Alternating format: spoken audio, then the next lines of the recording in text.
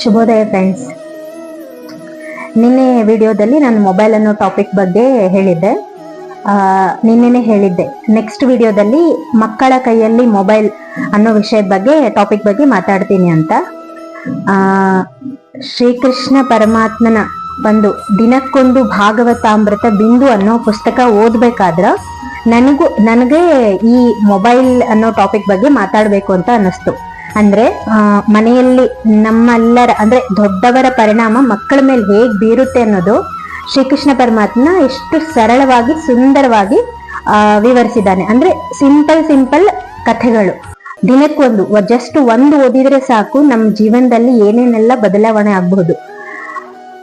ಮಕ್ಕಳ ಕೈಯಲ್ಲಿ ಮೊಬೈಲ್ ಇವಾಗ ನಿನ್ನೆ ವಿಡಿಯೋದಲ್ಲಿ ಹೇಳ್ದಂಗ ಚಿಕ್ಕವರಿಂದ ಹಿಡಿದು ಅಜ್ಜ ಅಜ್ಜಿ ಅಂದ್ರ ತನಕ ಎಲ್ಲರ ಕೈಯಲ್ಲೂ ಮೊಬೈಲ್ ಅನ್ನೋದು ಒಂದು ಅಡಿಕ್ಟೆಡ್ ಆಗ್ಬಿಟ್ಟದ. ಬಟ್ ಇದರಲ್ಲಿರೋದು ಡಿಫರೆನ್ಸ್ ಏನಂದ್ರೆ ದೊಡ್ಡವರಿಗೆ ತಪ್ಪು ಸರಿಯ ಒಂದು ಅರಿವಾಗ್ಲಿ ತಿಳುವಳಿಕೆ ಆಗ್ಲಿ ಇರ್ತದ. ಬಟ್ ಮಕ್ಕಳಿಗೆ ಆ ತಿಳುವಳಿಕೆ ಇರಲ್ಲ. ಸೊ ಆ ತಿಳುವಳಿಕೆ ಆ ಅರಿವನ್ನ ಮೂಡಿಸ್ಬೇಕಾಗಿದ್ದು ದೊಡ್ಡವರಾದ ನಮ್ ಜವಾಬ್ದಾರಿ.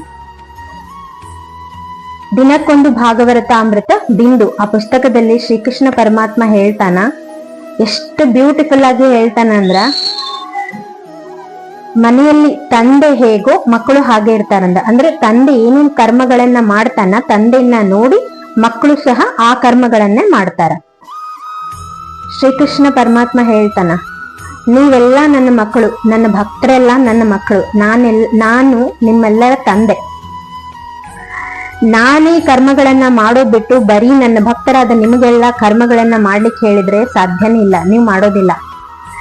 ಆದ್ರೆ ನಾನ್ ಹೇಳ್ತೀನಿ, ಬನ್ನಿ ನಮ್ಮ ಕರ್ಮಗಳನ್ನೆಲ್ಲ ಪಾಲಿಸೋಣ ಅಂತ ಹೇಳ್ತೀನಿ.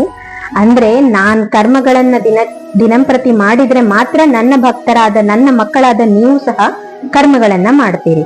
ಅಂದ್ರೆ ಶ್ರೀಕೃಷ್ಣ ಪರಮಾತ್ಮ ಏನ್ ಮಾಡ್ತಾನೋ ಅದನ್ನೂ ಸಹ ನಾವು ಅವನ ಭಕ್ತರಾದ ಅವನ ಮಕ್ಕಳಾದ ನಾವೆಲ್ಲರೂ ಮಾಡ್ತೀವಿ. ಅಂದ್ರೆ ಶ್ರೀಕೃಷ್ಣ ಪರಮಾತ್ಮನೇ ನಮ್ಮ ತಂದೆ ಅಲ್ಲ.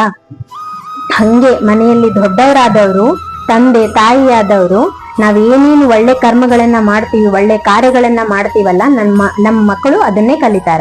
ಸೊ ಈ ಮೊಬೈಲ್ ಅನ್ನೋ ಟಾಪಿಕ್ಗೂ ಇಲ್ಲಿಗೂ ಏನ್ ಸಂಬಂಧ ಅಂದ್ರ, ಈಗ ಎಲ್ಲಾರು ಮೊಬೈಲ್ ಜಾಸ್ತಿ ನೋಡೋದು ಆಗದ. ಬಟ್ ದೊಡ್ಡವರು ನೋಡೋದ್ರಿಂದ ಪ್ರಾಬ್ಲಮ್ ಇಲ್ಲ, ಬಿಕಾಸ್ ಆಫ್ ಅದೇ ಅವರಿಗೆ ಒಳ್ಳೇದು ಕೆಟ್ಟದ್ರ ಬಗ್ಗೆ ತಿಳುವಳಿಕೆ ಇರ್ತದ. ಬಟ್ ಮಕ್ಕಳಿಗೆ ಇರಂಗಿಲ್ಲ. ಸೊ ಮಕ್ಕಳಿಗೆ ನಾವು ಮೊಬೈಲ್ ಕೊಡೋದನ್ನ ಸ್ವಲ್ಪ ಅಲ್ಲ ಜಾಸ್ತಿನೇ ಕಡಿಮೆ ಮಾಡ್ಬೇಕು. ದಿನಕ್ಕೆ ಒಂದು ಅರ್ಧ ಗಂಟೆ ಈ ತರ ಒಂದು ಟೈಮ್ ಟೇಬಲ್ ಇಟ್ಟು ಕೊಟ್ಟರು ಸಹ ಅದರಲ್ಲಿ ಅವ್ರು ಏನ್ ನೋಡ್ತಾರ, ಏನ್ ನೋಡ್ಬೇಕು ಅನ್ನೋದ್ರ ಬಗ್ಗೆ ಸಹ ನಾವು ಅರಿವು ಮೂಡಿಸ್ಬೇಕು. ಅಂದ್ರೆ ಇದರಲ್ಲೇ ಮಕ್ಕಳಿಗೆ ನಾವು ಹೇಳ್ಕೊಡ್ಬೇಕು, ಕೆಟ್ಟದ್ದು ಬಂದ್ರೆ ಅದನ್ನ ನೋಡ್ಬಾರ್ದು, ಒಳ್ಳೇದನ್ ಬಂದ್ರೆ ಅದನ್ನ ನಾವು ಮಾಡ್ಬೇಕು ಅನ್ನೋ ತರ ಮೊಬೈಲ್ ಅನ್ನ ನೋಡ್ಬೇಕು ಅನ್ನೋದನ್ನ ಮಕ್ಕಳಲ್ಲಿ ಅರಿವನ್ನ ಮೂಡಿಸ್ಬೇಕು. ಆಗ ಮಕ್ಕಳಿಗೂ ಸಹ ದೊಡ್ಡವರು ಆಗ್ತಾ ಮೊಬೈಲ್ ಅನ್ನ ಕೇವಲ ಒಳ್ಳೇದಕ್ ಮಾತ್ರ ಯೂಸ್ ಮಾಡ್ಕೋಬೇಕು ಅನ್ನೋದ್ ಬಗ್ಗೆ ಅರಿವು ಮೂಡ್ತದ. ಸೊ ಇದನ್ನ ನಾವು ದೊಡ್ಡವರು ಮಾಡಿದ್ರೆ ಮಕ್ಕಳು ಕೂಡ ಖಂಡಿತವಾಗಿ ಪಾಲಿಸ್ತಾರ. ಅದೇ ನಾವು ಮಕ್ಕಳು ನೋಡೋ ಮೊಬೈಲ್ ಅನ್ನ ನಾವೇನಾದ್ರೂ ಅಬ್ಸರ್ವ್ ಮಾಡ್ಲಿಲ್ಲ ಅಂದ್ರೆ ಅವ್ರು ಏನೇನ್ ನೋಡ್ತಾರೋ ನಮಗ್ ಗೊತ್ತಾಗಲ್ಲ. ಈ ಮೊಬೈಲ್ ಟಾಪಿಕ್ ಅಂದ್ರೆ ಮಕ್ಕಳ ಕೈಯಲ್ಲಿ ಮೊಬೈಲ್ ಟಾಪಿಕ್ ಅನ್ನೋ ವಿಷಯ ಯಾಕೆ ಎತ್ಕೊಂಡೆ ಅಂದ್ರೆ, ಇತ್ತೀಚೆಗೆ ಮೊಬೈಲ್ ಅಡಿಕ್ಟ್ ಆಗಿರೋ ಮಕ್ಕಳಿಗೆ ಅನಾರೋಗ್ಯದ ಸಮಸ್ಯೆ ಜಾಸ್ತಿ ಆಗ್ಲಿಕ್ಕತ್ತದ. ಅದಕ್ಕೆ ಸಡನ್ ಆಗಿ ಮಕ್ಕಳಿಂದ ಮೊಬೈಲ್ ಬಿಡಿಸೋಕಂದ್ರೂ ನಮ್ ಕಡೆ ಸಾಧ್ಯ ಇಲ್ಲ. ಆದ್ರೆ ಮೊಬೈಲ್ ಅಲ್ಲಿ ಬರುವಂತ ಕೆಟ್ಟದರ ಒಳ್ಳೆಯದರ ಬಗ್ಗೆ ಅರಿವನ್ನ ನಾವು ಮಕ್ಕಳಲ್ಲಿ ಮೂಡಿಸ್ಬೇಕು. ಅವಾಗ ಮಕ್ಕಳಿಗೆ ಮೊಬೈಲ್ ಅಡಿಕ್ಟೆಡ್ ಇಂದ ಅನಾರೋಗ್ಯದ ಪರಿಸ್ಥಿತಿ ಬರುವಂಥದ್ದು ಕಡಿಮೆ ಆಗ್ತಾ ಬರ್ತದ.